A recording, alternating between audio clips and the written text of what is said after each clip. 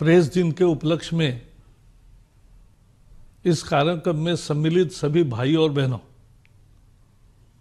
Press council के अध्यक्ष, press council के सदस्य, अन्य संपादक और सभी मित्रों, प्रेस की आज़ादी लोकतंत्र का आत्मा है और ये मेरे मन पे बहुत गहराई से लिखा गया है, क्योंकि मैं 25 जून 1975 को कभी भूल नहीं सकता। आज़ादी के 27 साल बाद इस तरह का मौका आया कि जब आपात स्थिति घोषित हुई, पुलिस सीधे प्रेस के दफ्तर में आई और सारे एडिटोरियल स्टाफ की मीटिंग लेके उन्होंने कहा, आप जो भी न्यूज़ तैयार करोगे हम देखेंगे, अगर मंजूर करेंगे तो न्यूज़ जाएगी, नहीं तो नहीं जाएगी। ये सेंसरशिप का रूप था। आज तो कोई बाहर से भी बताएगा तो प्रेस चिल्लाएगा कि कितना दबाव आ रहा है। तो इसलिए प्रेस की आज़ादी महत्वपूर्ण है और ये मेरे मन पे, और इसी के विरोध में, सेंसरशिप के विरोध में सत्याग्रह करते हुए हम उस समय कॉलेज में थे, कॉलेज से डिग्री लेकर बाहर आए थे, काम कर रहे थे, लेकिन विद्यार्थी परिषद का काम करते थे, सत्याग्रह किया और फिर 16 महीने जेल में रहे। लेकिन प्रेस की आज़ादी अनिर्बंध नहीं होती, ये जिम्मेवार आज़ादी है, रिस्पॉन्सिबल फ्रीडम। और कोई भी आज़ादी ये उसके अंगभूत बंधनों के साथ आती है कि एक रिस्पॉन्सिबल जर्नलिज्म करना है, सेंसेशनलाइजेशन नहीं करना है, लेकिन अपनी बात रखने की आज़ादी। लेकिन बात किसी स्वार्थ के चलते, किसी को जानबूझ के बदनाम करने के लिए नहीं होना चाहिए। जो काम कर रहे हैं उसका विरोध हो सकता है, जिन तत्वों का पुरस्कार करते हैं उसका विरोध हो सकता है, जिस तरह से काम लोग कर रहे हैं उसका विरोध हो सकता है, लेकिन व्यक्तिगत गरिमा संपादक की है, पत्रकार की है, तो आम आदमी की भी है। अभी फिलहाल देश में प्रेस की आज़ादी का फिर से चर्चा हो रही है और मैं भी इसमें जोड़ता हूं कि मैंने पहले ही दिन ट्वीट किया कि जिस तरह से प्रेस की आज़ादी पर हमले हो रहे हैं वो अच्छा नहीं है।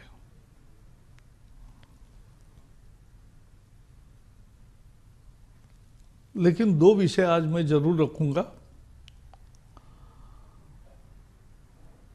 ये टीआरपी का क्या मामला है, इश्तिहार देने वाले इश्तिहार देंगे, उनको एक गाइड चाहिए कि कहाँ इश्तिहार देने से ज़्यादा फायदा होगा, किस समय देना चाहिए, कौन से कार्यक्रम में देना चाहिए, किस चैनल को देना चाहिए। यह एडवर्टाइजर का दृष्टि है और ब्रॉडकास्टर्स है जिनके यहाँ उनको इश्तिहार देना है। तो ये दोनों ने आकर एक टीआरपी की सिस्टम बनाई, बार्क स्थापन किया।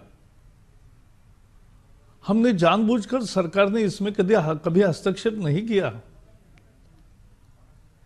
क्योंकि भाई इश्तिहार देने वाला और इश्तिहार लेने वाला, ब्रॉडकास्ट करने वाला, इन दोनों के अगर एक राय है तो हम काय के लिए बीच में आएंगे। लेकिन अब बारी आई कि हमें दखल देनी पड़ रही है। हमने एक कमेटी नियुक्त की है। मेरा तो मानना है कि टीआरपी के आज 50,000 मीटर थे, पहले तो टैम के ज़माने में 5,000 मीटर होते थे, इसलिए मैनिपुलेशन होगा। अगर 1 करोड़ लोगों का पसंदी देखने की सिस्टम टीआरपी में आती है, तो फिर क्या मैनिपुलेशन होगा? तो मैनिपुलेशन की संभावना कैसे खत्म की जा सकती है? इसके लिए हमने कमेटी नियुक्त की है और बहुत देरी नहीं लगाएगी, जल्दी रिपोर्ट आएगी। क्या पॉसिबल है?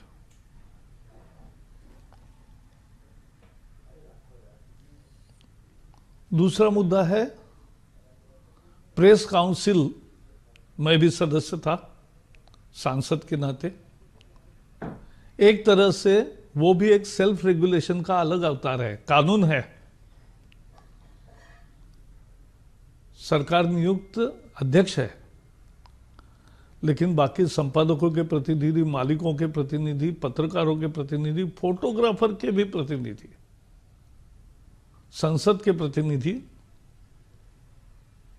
सभी प्रकार के लोग प्रेस काउंसिल में बैठते हैं।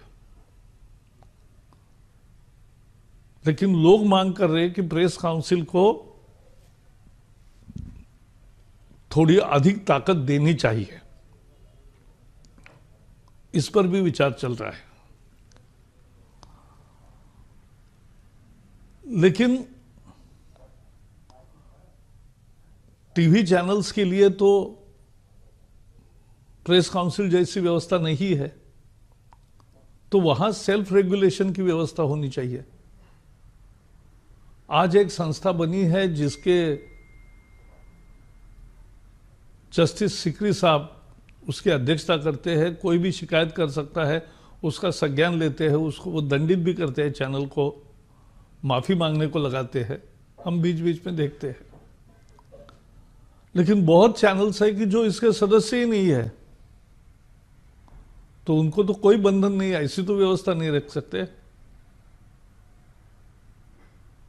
तो लोग हमें सुझाव दे रहे हैं कि आप भी कोड ऑफ कॉन्डक्ट एक बनाइए कि सभी चैनल के लिए वो कॉमन रहेगा।